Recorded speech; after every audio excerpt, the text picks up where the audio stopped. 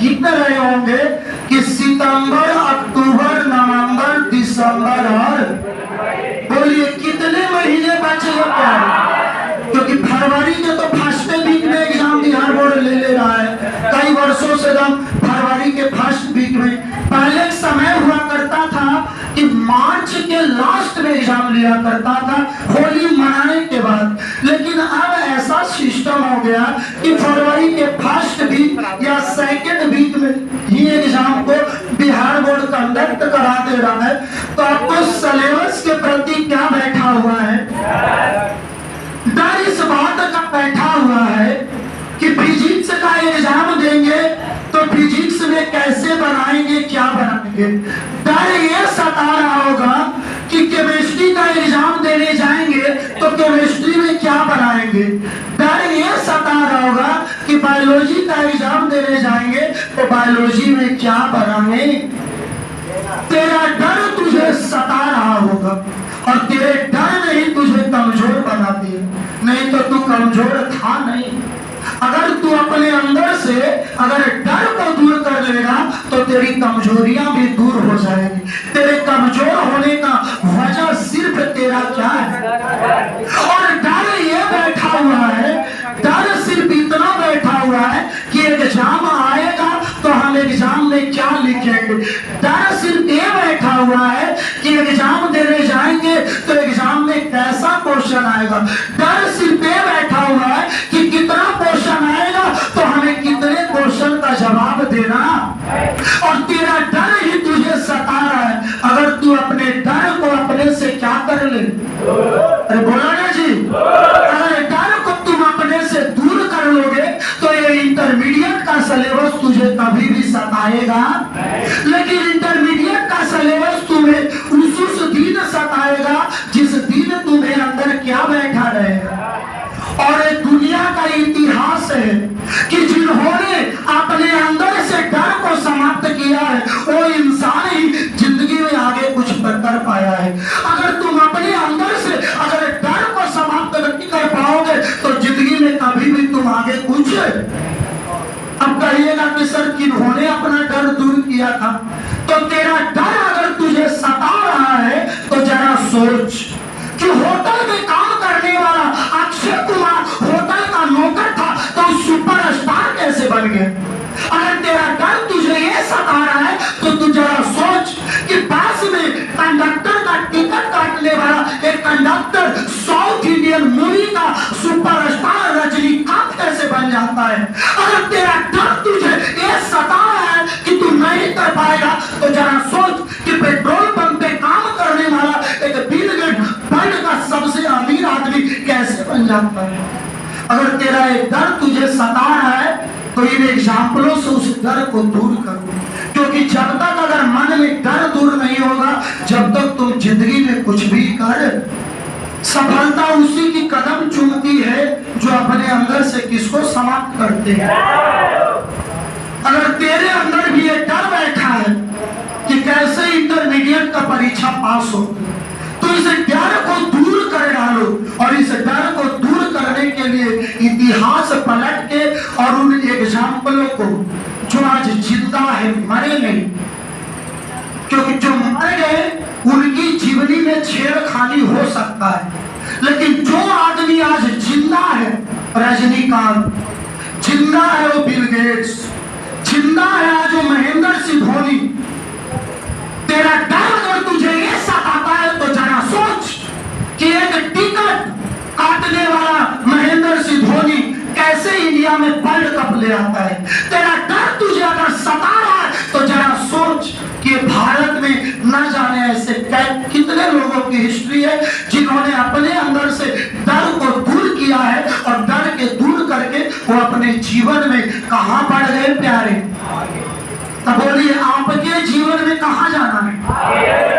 आगे जाना है कि पीछे? तो आगे जाना है तो अपने अंदर से क्या समाप्त कर लो। तेरा डर तुझे जब जब सताएगा तो तेरा डर तुझे भड़काएगा। तेरा डर तुझसे बोलेगा कि तू इसका जवाब नहीं दे सकता तो तुम बोलना उस डर को कि ये डर तू मेरे अंदर से चला जा, कैन आई डू इट। उस डर को कहना कि मैं ना कर सकता हूं तो मुझे क्यों सता रहा है। और उसके बावजूद भी अगर वो डर दूर न जाए तो फिर दुनिया वाले लोगों की बातें सुनना छोड़कर अपने जीवन में सोचना कि आप जो कर रहे हैं उससे क्या होगा। इंटरमीडिएट पास होगा या फिर इंटरमीडिएट में फेल होगा। अपने आप को अगर तुम सुधारोगे तो सेल्फ स्टडी से सुधार सकते हो, और नहीं तो दुनिया का कोई भी इंसान आपको नहीं सुधार सकता। आपको सुधारना है सिर्फ सेल्फ स्टडी करके, और सेल्फ स्टडी जब ही होगा जब अंदर से क्या भाग जाए। अगर तुम्हें मैथ का डर है तो मैथ का भूत झाड़वा लीजिए। अगर तुम्हें केमिस्ट्री का डर है तो केमिस्ट्री का भूत झाड़वा लीजिए। अगर तुम्हें फिजिक्स का डर है तो फिजिक्स का भूत झाड़वा लीजिए। जैसे एक इंसान को भूत पकड़ता है तो शरीर भारी लगता है, उसी तरह सब्जेक्टों का डर भी जो है वो स्टूडेंट को भारी लगता है। उसे लगता है कि इतना चैप्टर है, कैसे पढ़ेंगे, एग्जाम में जाएंगे तो क्या आएगा, कैसे बनाएंगे। इस डर को तुम्हें दूर कर लेना है। अगर इस डर को दूर नहीं होता है तो इस डर को दूर करने का एक साधारण सा रास्ता है कि तुम अपने आप में क्या देखना चालू करो। अरे बोला ना जी, अपने आप में क्या देखना चालू कर दो। क्या देखना? तो एक मतलब यूट्यूब पे जाके सपना मत मार देना, क्योंकि अगर यूट्यूब पे जाके सपना मारोगे तो आ जाएगी सपना, और आ जाएगी, और फिर वो अगर कमर हिलाएगी तो फिर उधर मामला गड़बड़ा जाए। इसीलिए तुम्हें सपना नहीं मारना है, यूट्यूब पे जाके तुम्हें क्या मारना है, तेरे वो सपने जिस सपनों के बारे में ना जाने कितने वैज्ञानिक और कितने महापुरुषों ने कहकर चले गए, लेकिन वो कहकर तो चले गए लेकिन कोई उस पर अमल नहीं करे। एक दुनिया की रीत है कि चाहत सबके अंदर होता है लेकिन कोई चाहत के अनुसार मेहनत करता।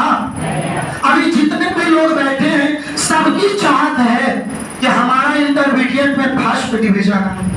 जो कमजोर से कमजोर होगा उसका भी यही चाहत है कि हमारा इंटरमीडिएट में फर्स्ट डिवीजन है। लेकिन मेरे प्यारे बच्चों, चाहत रखने से नहीं, चाहत के अनुसार काम करने से होता है। जितनी लगन और शिद्दत के साथ तुम चाहत रखते हो उतना लगन और शिद्दत के साथ तुम मेहनत करोगे, तब वो चाहत पूरा होगा। और उस मेहनत के लिए तुम्हें क्या करना होगा। कहिएगा कैसा सपना, तो मैं दिखा देता हूं एक छोटा सा सपना। घर पे जाना, उस जगह पे बैठ जाना जिस जगह पे तुम बैठकर हर रोज पढ़ते हो। उस जगह पर बैठना जिस रूम में चारों तरफ तुम्हें किताबें नजर आए। उस जगह पर बैठना जहां चारों तरफ तुम्हें दीवार में फूला चिपका रखा है। उस जगह पर बैठना जहां चारों तरफ सिलेबस चिपका हुआ होगा। और उस जगह पर बैठ कर ये सोचना कि अगर मुझे इस दुनिया में इश्क करना है तो मैं इश्क करूंगा, लेकिन मुझे इश्क करना है किस से, तो मुझे इश्क करना है अपने सपनों से। अपने सपनों से इश्क कैसे करना है, तो बैठ जाना उस कमरे में जिस कमरे में तुम होगा और तुम्हारे सपने, तुम्हारी चाहत, तुम्हारा जुनून जो तुम्हें शिद्दत के साथ तुम्हें बता रहा होगा। और अंदर से सपना देख रहा है, खुली आंखों से, बंद आंखों से नहीं, क्योंकि बंद आंखों से तो हर कोई देखता है जो झूठे सपने होते हैं। सपने हकीकत में वही होंगे जो तुम खुली आंखों से देखोगे। बैठ जाना उस कमरे में और बैठकर एक सपना देखना। सपना यह देखना कि काश मैं इंटरमीडिएट के सिलेबस से अगर इश्क कर बैठा होता, काश अगर मैं इंटरमीडिएट के सिलेबस से इश्क कर बैठा होता और मेरी एक समय आती जब मुझे क्या देना जाना रहता। बैठे बैठे सोचना है कि मैं इश्क करूंगा अपने इंटरमीडिएट के सिलेबस से, और सिलेबस से इश्क करके इतना बेईमान इश्क करूंगा कि एक दिन भी बिना तुझे देखे रह नहीं।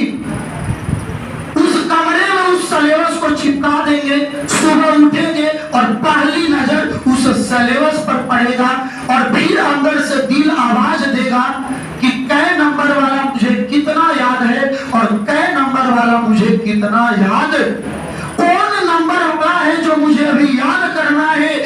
सब्जेक्ट में इतना नंबर वाला मुझे अभी तैयारी हुआ। हर रोज सुबह देखेंगे और सुबह देखकर उसको ताकेंगे। बेड से जैसे ही उठना है तो उठते के साथ सबसे पहले अपने सपने के अनुसार उस सिलेबस को देखना है और सिलेबस को देखकर और सिलेबस से कहना है कि ये सिलेबस मैं तुझे से इश्क करता हूँ, इसीलिए तुझमें मुझे सब दिखाई देता है। मैं सुबह उठता हूँ तो तुझे देखता हूँ, क्योंकि तुझे देखने से मेरे अंदर क्या मिलता है, मुझे पता लगता है कि कौन सब्जेक्ट में कितना नंबर वाला मुझे तैयारी नहीं है और कौन सब्जेक्ट में कितना नंबर वाला मुझे तैयारी। और यही वजह है कि मैं तुम्हें सुबह और शाम देखता हूँ। मन न करे तो बजा लेना वहां पे गाना। ताकते रहते तुझको सांझ सवेरे, नैना के वसियत से नैने जो तेरे, तेरे मस्त मस्त दे नैन मेरे दिल के चुरा ले गए चैन, वो तेरे मस्त मस्त दोने। गाना बजा के और फिर उस सिलेबस को देखना कि क्या तेरे नैनों में सुबह और शाम जिसे ताकते हो, क्या इस सिलेबस को देखने से तुम्हें क्या पता लगता है कि तुम्हें 2 नंबर वाला कितना तैयारी है, 1 नंबर वाला कितना तैयारी है और तुझे 5 नंबर वाला कितना तैयारी है। और उसके बाद जब यह काफी दिन हो जाएगा फिर एक दिन बैठना उसी कमरे में, जब तुम्हें लगे कि मुझे पूरे सिलेबस की तैयारी हो गई, जब तुम्हें लगे कि मैं अगर परीक्षा की रणभूमि में बैठूंगा तो परीक्षा की रणभूमि 500 नंबर जो इंटरमीडिएट में पूछेगा 500 नंबर में मेरा 0.5% भी नंबर कटने वाला। अगर तेरा दिल तुझे जवाब दे दिया कि तूने इतना तैयारी किया है जिससे तेरा 0.5% मतलब आधा नंबर भी 500 में नहीं कटेगा, अगर तेरा दिल ये जवाब दे दिया तो फिर एक और सपना देख लेना उसी दिन, जिस दिन दिल ये जवाब दिया कि नहीं मुझे सब सिलेबस याद है। तो अगर सब सिलेबस तुम्हें लगेगा कि याद है तो फिर याद रखना कि सिलेबस याद करोगे सब तो तुम्हें अपने आप में दिखने लगेगा। रब का मतलब भगवान।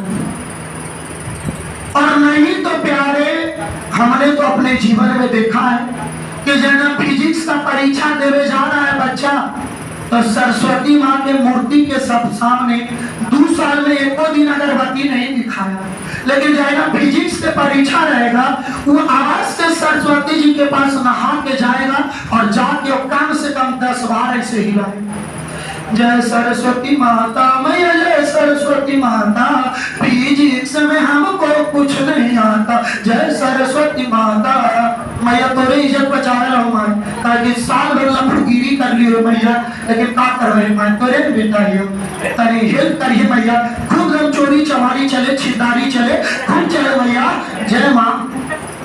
बाहर गया खा लिया दही चल दी, एग्जाम में गया तो दीने में तरेगा नजर आ गए, अगर मिर्जा वाली में सेंटर चल गया था तो दिल में तरेगा नजर आना लाजमी है प्यारे। चोरी करना तो दूर की बात, अगर तेरी मुड़ी भी अगर मुड़ गई ना तो फिर तेरा सिर वापस नहीं आएगा। अगर तेरा सेंटर गलती से अगर अनुग्रह कॉलेज चल गया तो याद रखना कि अनुग्रह कॉलेज में अगर तुम पढ़े हुए हो तो पास हो सकते हो, और अगर सपने देखे हो कि जय सरस्वती माता तो माता जी काम नहीं देती, क्योंकि रब उसी को मदद करता है जो सब याद, रब उसका कभी भी मदद नहीं करता जो सब याद नहीं करता, क्योंकि रब उसी पर मेहरबान होता है। रब मतलब याद करा, क्योंकि खुदा आपको कर देगा अपने से जुदा अगर तुम याद नहीं करोगे, क्योंकि वो खुदा भी सोचता है कि याद किया नहीं और इसको अगर मैं मदद कर दूंगा तो ये बिगड़ेगा और इसके साथ ना जाने कि दुनिया में कितने लोग बिगड़ेंगे, और इसीलिए चाहकर भी खुदा तुम पे मेहरबान नहीं होगा। ये याद रखना कि अगर याद करोगे सब तभी साथ देगा रब, अगर नहीं याद करोगे सब तो कभी भी साथ नहीं देगा। सपना देख लेना उस दिन, जिस दिन तुम्हें लगे कि ना मुझे सब तैयारी है, उस दिन देखना। सपना ये देखना कि जिस दिन इंटरमीडिएट का रिजल्ट आना होगा, रिजल्ट के 10 दिन पहले मेरे बाबूजी के मोबाइल नंबर पे कॉल आएगा, क्योंकि फॉर्म भरते समय मैंने अपने गार्जियन का मोबाइल नंबर दे रखा है। रिजल्ट आने से 10 दिन पहले मेरे बाबूजी के मोबाइल पे कॉल आएगा और उस कॉल में बोला जाएगा कि बिहार विद्यालय परीक्षा समिति पटना से बोल रहे हैं, आपका बेटा जो है वो बिहार टॉप कर गया है, इसीलिए उसे मंगलवार को पटना इंटरव्यू के लिए आना। आपके पिताजी के पास जिस समय कॉल आया, उस समय आपके पिताजी खेत में हल चला रहे थे, खेती कर रहे थे, खुशी का ठिकाना न रहा। दोपहर के समय आपकी माँ भोजन लेकर खेत पर खिलाने गई और आपकी माँ से पिताजी ने कह दिया कि लेना ये फोन बाबू के दे दिया हूँ, से पटना से बाबू के फोन लिया कि अपन बाबू जो है वो बिहार टॉप कर गए थे, उनका इंटरव्यू के लिए बिहार बोर्ड बुला रहा है। आपके पास आपकी माँ मोबाइल लेकर आती है, आप उस नंबर पे दोबारा कॉल जानकारी के लिए करते हैं और दोबारा कॉल करने पे आपको यह सूचना मिल जाता है कि आपने याद किया था सब, इसीलिए आपका साथ दे दिया और आप बिहार टॉपर बन गए। मंगलवार के दिन जाना है, खेत में जरूरी काम था, लेकिन फिर भी पिताजी जरूरी काम छोड़कर आपके साथ जाएंगे, क्योंकि आपके वजह से उनका सीना चौड़ा होगा और पिताजी वही पुराना टूटा हुआ धोती पहनकर और आप साथ तैयार हो जाते हैं कि चल बेटा पटना हम चलवे, तने देखबी हमारे बेटा से कौन क्वेश्चन पूछा है। और पिताजी आपके साथ ट्रेन पे सफर करते हुए पटना पहुंच जाते हैं। पटना बिहार बोर्ड के ऑफिस में बैठा कर आपसे ऑफिसर लोग जो पटना में काम करते हैं, वो सभी एजुकेटेड ऑफिसर लोग आपसे क्वेश्चन करते हैं, आप क्वेश्चन का जवाब देते हैं। सभी ऑफिसर लोग शाबाशी के साथ आपको बाहर जाने के लिए कहते हैं।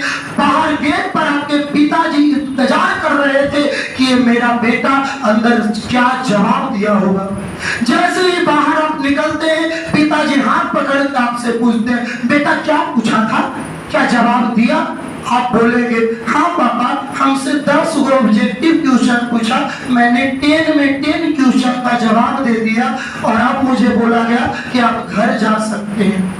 आपके बाबूजी आपके साथ घर आ जाते हैं, लेकिन घर आते हुए रास्ता में ही आपके घर के देवी देवताओं को मनाने लगते हैं कि हे भगवान दिलवाल बाबा, हमारे बेटा के अगर फल आ गया बिहार टॉप 10 में, तो हम अपने बेटे के नाम से एक बल्ली चढ़ाएंगे खस्सी का।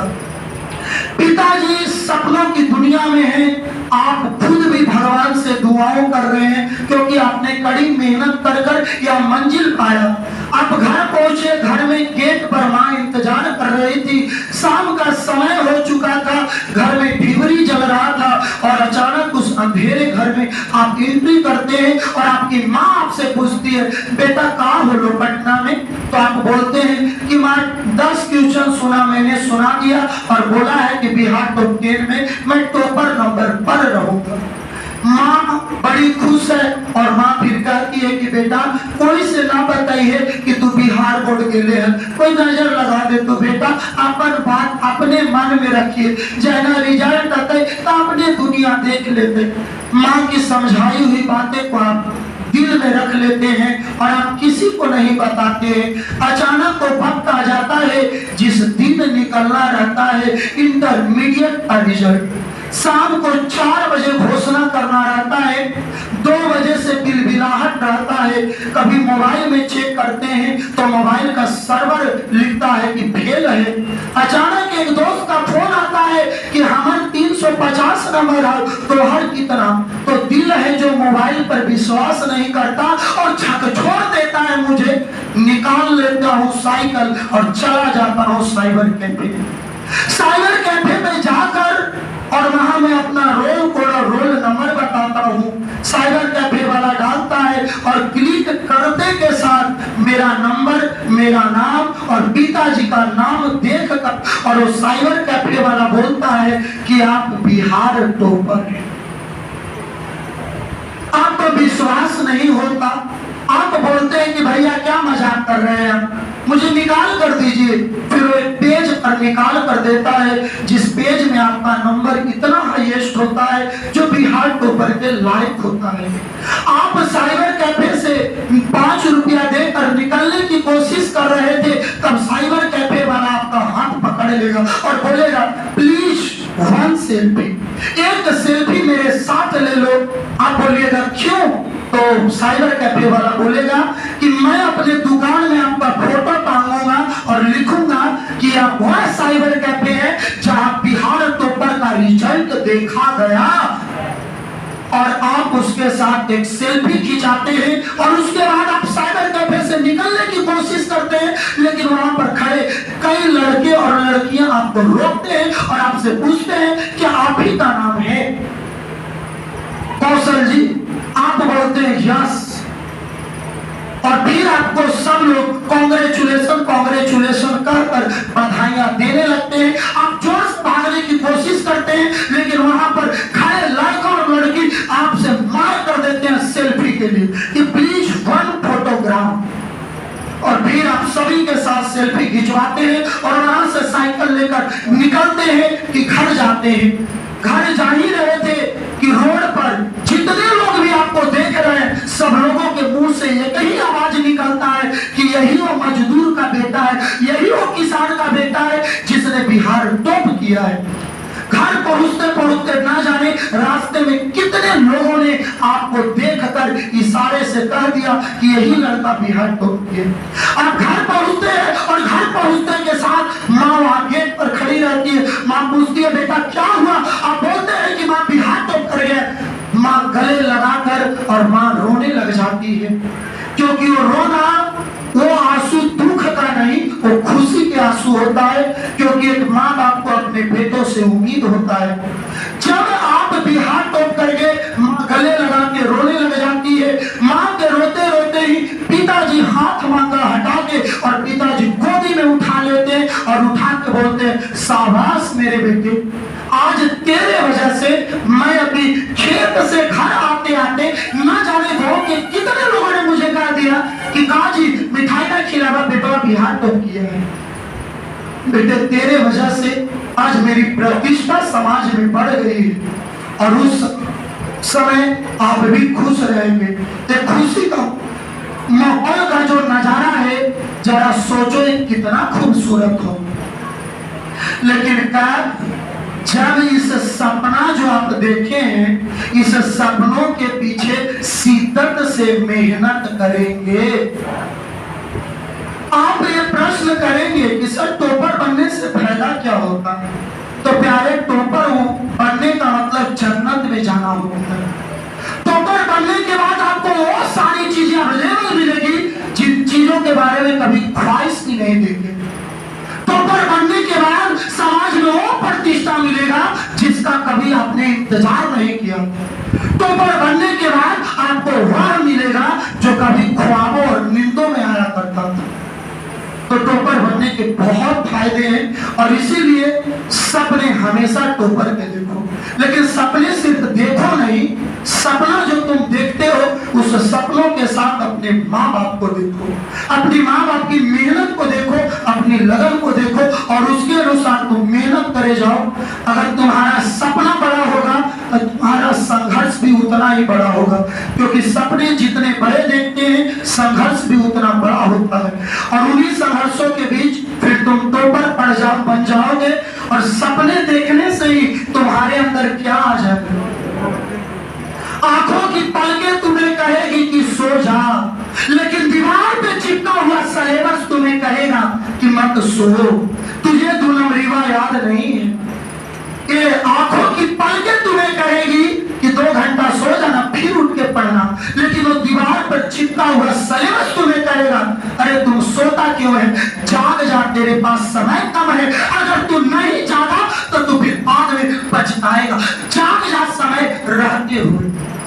तुम्हारे अंदर से एक दूसरा मेंटेलिटी और एक दूसरा मेंटेलिटी तुम्हें पूरी तरह से झकझोर के रख देगा, और वो झकझोरने का वजह सिर्फ एक सिलेबस होगा।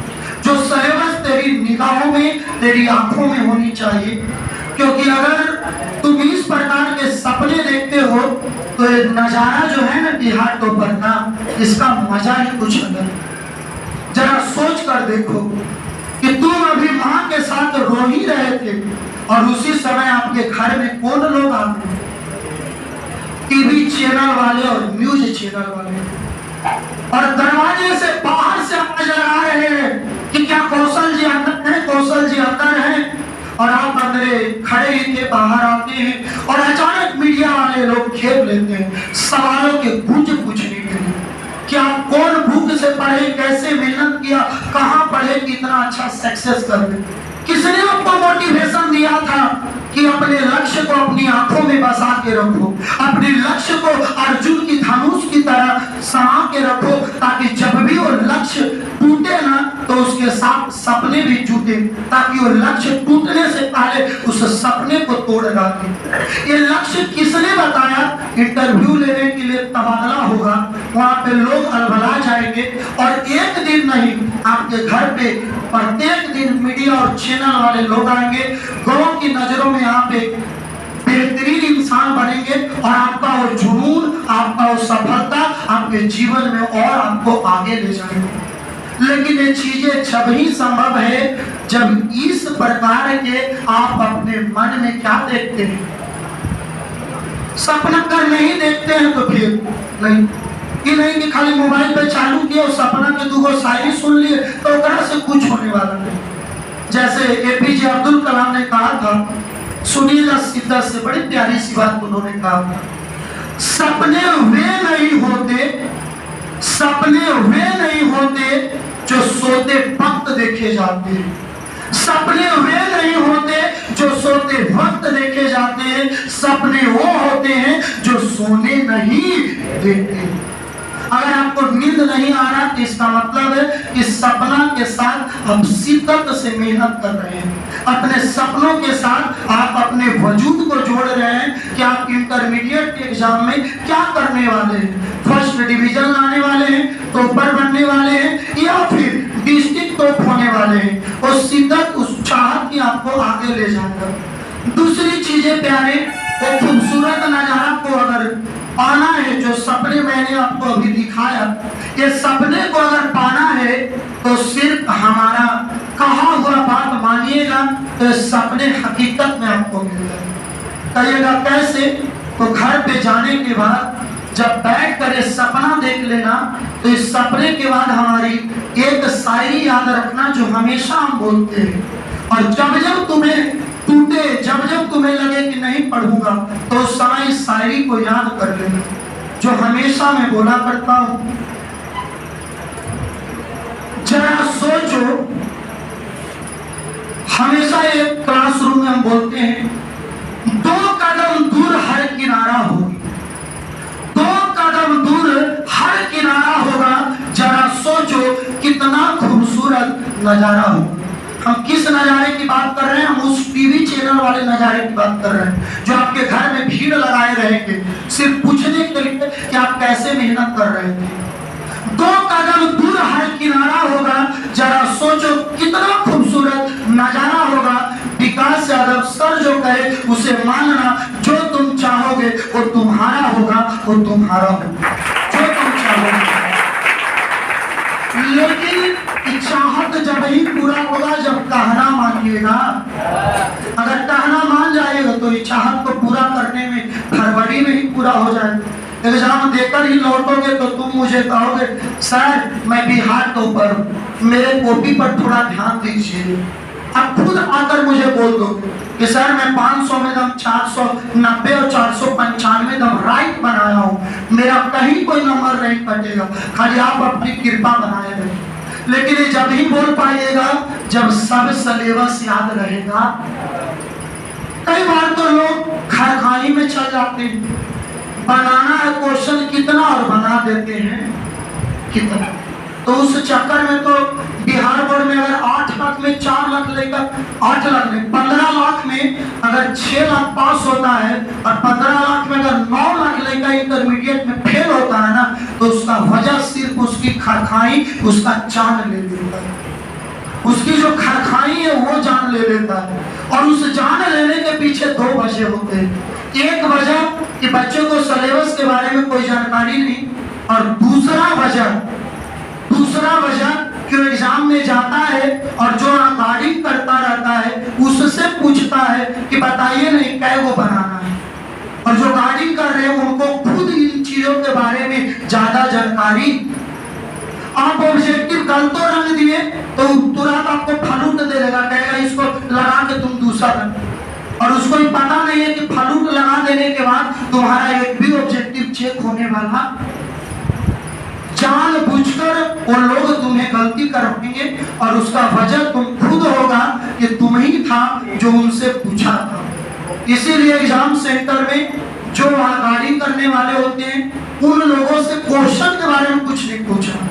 क्वेश्चन जो मिलेगा वो आपके आंखों के सामने रहेगा और उसके बारे में आपको पहले से पता रहना चाहिए कि कितना नंबर मुझे क्या बनाना है और कितना नंबर क्या है। क्वेश्चन मिलने के साथ बनाना चालू करना है और उतना ही बनाना है जितना एग्जाम में बनाने के लिए कहता है। अगर आप ज्यादा बनाते हैं तो फिर एक खरखाई आपका जिंदगी ले डूबेगी। फिर पता लगेगा कि जितनी रिजल्ट आया ना 10 को साइबर कैफे पे भागोगे और सब साइबर कैफे पे तुम्हारा रिजल्ट दिखाएगा, तुम्हें विश्वास नहीं होगा। तुम सोचोगे कि हो सकता है साइबर कैफे में इंटरनेट अच्छा नहीं चल रहा है इसीलिए पेंडिंग लिख रहा, तो भाग कर दूसरे साइबर कैफे पे जाओगे, वहां भी निकालोगे, वहां भी पेंडिंग लिखेगा। फिर लास्ट में तुम अपने आप से हार जाओगे, लेकिन हार का वजह तुम खुद ही तो बना। बोला था कितना जवाब देने के लिए और तुमने कितना जवाब दे दिया, वही वजह तो तुम्हें ले दूंगा। और इसीलिए आपको ये चीजें नजरों में सटा के रखना है प्यारे। हर रोज सुबह उठना है तो सिलेबस पे गौर करना है, सिलेबस को नजरों से ओझल नहीं होने देना है, सिलेबस को